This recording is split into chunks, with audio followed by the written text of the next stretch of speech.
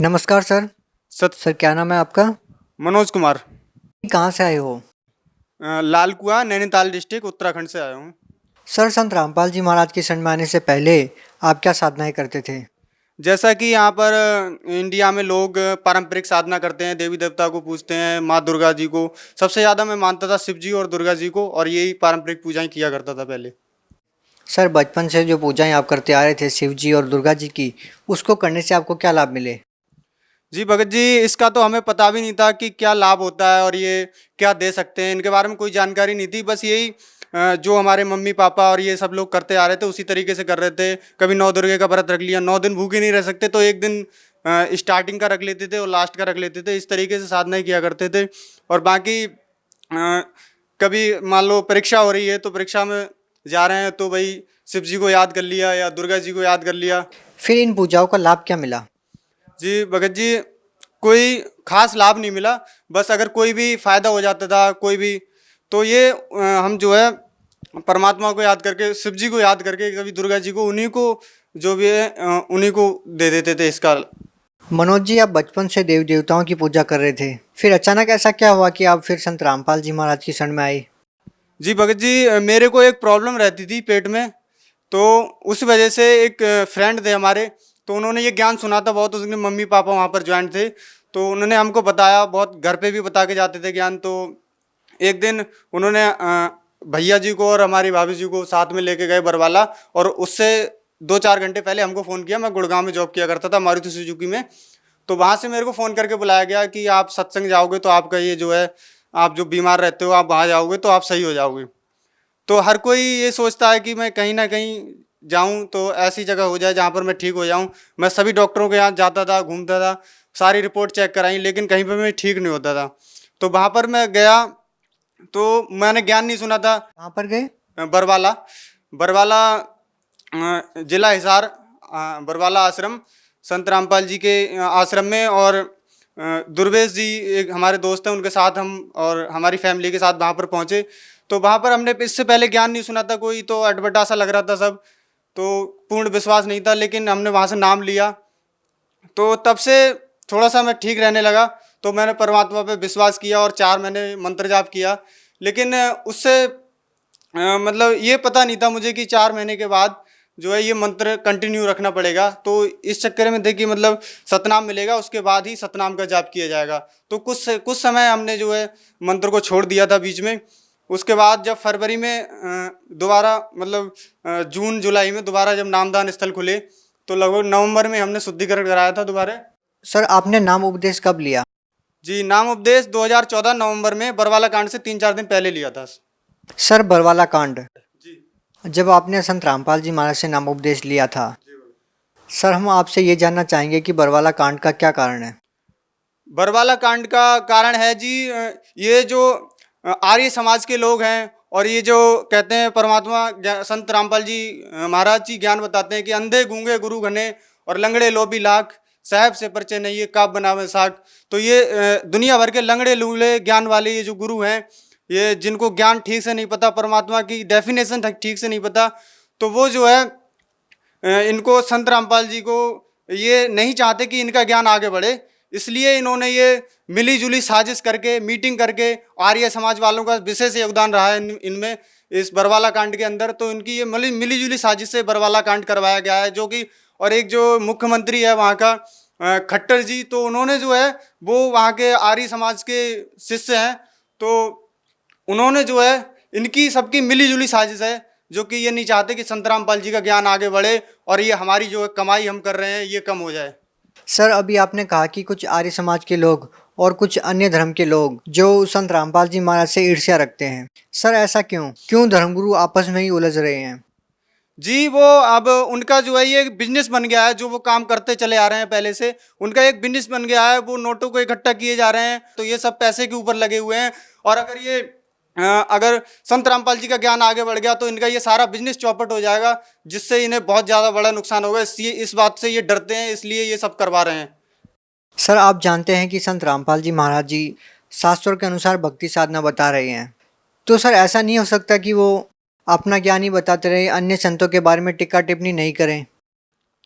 जी, अगर ऐसा होगा कि वो अपना ज्ञान बताते रहें, जैसा कि अन्य गुरु कहते हैं कि भई अपना ज्ञान बताओ आप और हम अपना बताते हैं, तो सच्चाई कहीं कभी सामने नहीं आ पाएगी इस तरीके से और लोग अपनी-अपनी भक्ति में लगे रहेंगे, जैसे कि अभी तक लगे रहते थे। कोई दुर्गा जी को पूजता था, कोई शिव। कौन सी सच्चाई, आखिर वो सच्चाई है क्या? जी, सच्चाई यहाँ पर ये है कि जो हमें आज तक हमारे धर्मगुरु, हमारे पंडित और ये आज के जो आज समाज में जितने गुरु हैं जिन्होंने भ्रम भ्रम फैला रखा है कि ये कहते हैं ब्रह्मा जी, विष्णु जी और शंकर जी और ये दुर्गा जी, इन सब की भक्ति करने से ही हमारा मोक्ष होगा। शिव जी जो हैं पूर्ण परमात्मा हैं और जो विष्णु जी पूर्ण परमात्मा हैं, इन्होंने सृष्टि रची। और क्या कहते हैं शिव जी ब्रह्मा जी जो है सृष्टि की रचना है और विष्णु जी पालनहार हैं। तो ये जो है इन्होंने सारा अज्ञान फैला रखा था। तो ये जो है ये सच्चाई नहीं है और सच्चाई ये है, संत रामपाल जी महाराज जी प्रमाण दिखाते हैं देवी भागवत महापुराण पेज नंबर 123 पे, जिसमें ब्रह्मा जी विष्णु जी स्वयं कहते हैं कि हमारा और ब्रह्मा जी और शिव जी का जो है जन्म मृत्यु होता है और हम नित्य नहीं हैं। और तो ब्रह्म और ये 33 करोड़ देवी देवता नित्य कैसे हो सकते हैं? तो ये प्रमाण हमें देखने को मिलता है। और ये भी कहते हैं जब मैं छोटा सा बच्चा था तो मैं अंगूठा चूस रहा था।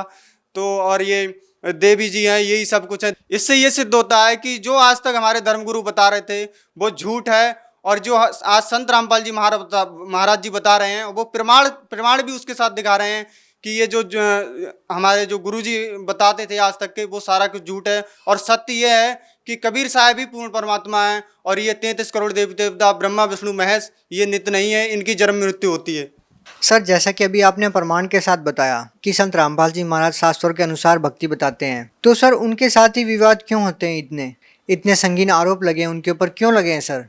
जैसा कबीर परमात्मा ने की एक वाणी है, कहते हैं जो मम संत सत शब्द दृढ़ावे वाकी गैल सब राड़ बढ़ावे। तो ये जो है ये परमात्मा की वाणी है और ये एकदम संत रामपाल जी महाराज पे खरी उतरती है। सर, संत रामपाल जी महाराज जी अपने अनुयायियों को जो मंत्र साधनाएं बताते हैं, इनका कहाँ पे प्रमाण है? जी, इसमें गीता जी में प्रमाण है कि ओम तत्सत ये 3 मंत्र हैं जिनसे पूर्ण मोक्ष हो सकता है। इन 3 मंत्रों के जाप करने से ही जीव जो है सतलोक प्राप्त कर सकता है, इसके अलावा और कोई। सर, ओम तत्सत ये तो अन्य संत भी मंत्र देते हैं, तो संत रामपाल जी महाराज जी इसमें नया क्या बताते हैं? संत रामपाल जी महाराज ओम तत्सत के बारे में जो है पूर्ण तरह से डिक्लेयर करते हैं, जो कि जो आज जो समाज में गुरु फैले हुए हैं वो ठीक तरीके से नहीं बताते क्योंकि उनका ज्ञान नहीं है और वो अज्ञानता के कारण वो ओम तत्सत ही मंत्र समझ के और वो उसी का जाप दे देते हैं। लेकिन संत रामपाल जी इसमें क्लियर करते हैं कि ओम जो है, ओम एक मंत्र है जो कि काल का है और तत् जो है ये सांकेतिक है, जो सतनाम जिसको कहा जाता है, और सत जो है वो परमात्मा का सार नाम होता है। तो ये परमात्मा डिक्लेयर करते हैं और प्रमाण के साथ बताते हैं कि ओम तत्सत ये मंत्र जाप करने का नहीं है और ये झूठे गुरु जो है अपना अज्ञान फैलाते जा रहे हैं।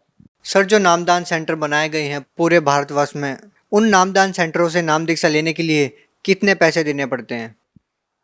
वहाँ पर कोई फीस नहीं दी जाती है। हम आए दिन जाते रहते हैं आश्रम में और नामदान स्थलों पे, वहाँ पर खाना पीना सारा कुछ मुफ्त होता है परमात्मा की दया से। कोई 1 रुपया 1 टका भी वहाँ पर फीस नहीं ली जाती है, सारा कुछ परमात्मा की दया से फ्री होता है।